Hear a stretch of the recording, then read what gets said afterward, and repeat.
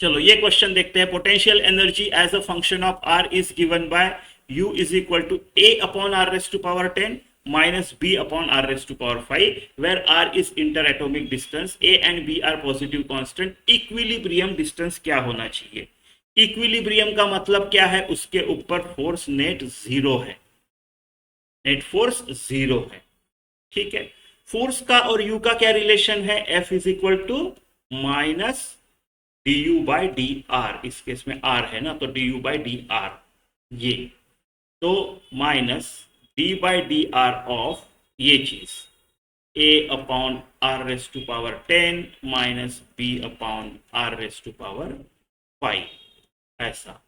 तो क्या आएगा आपका f जो आएगा आपका माइनस बाहर निकाल लेता हूं, राइट, और फिर आएगा आपका d by D R of R raise to power, so एक तो कांस्टेंट है और ये R raise to power minus 10 हो गया, राइट। तो इसका जो डी बाई डी आर आएगा वो आएगा आपका, ए तो बाहर है, माइनस 10 इधर ले लो, R raise to power minus 10 minus 1 minus 11, ऐसा आएगा इसका।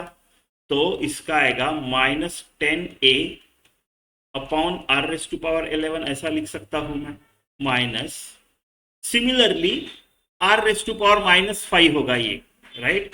तो R raise to power minus 5 का D by D R, right, b तो कांस्टेंट है, right, R raise to power minus 5 का। तो आप क्या करोगे, b को ऐसा ही लिखोगे, माइनस 5 आगे लोगे और ये माइनस 6 हो जाएगा। तो ये आ जाएगा minus 5b upon R raise to power 6।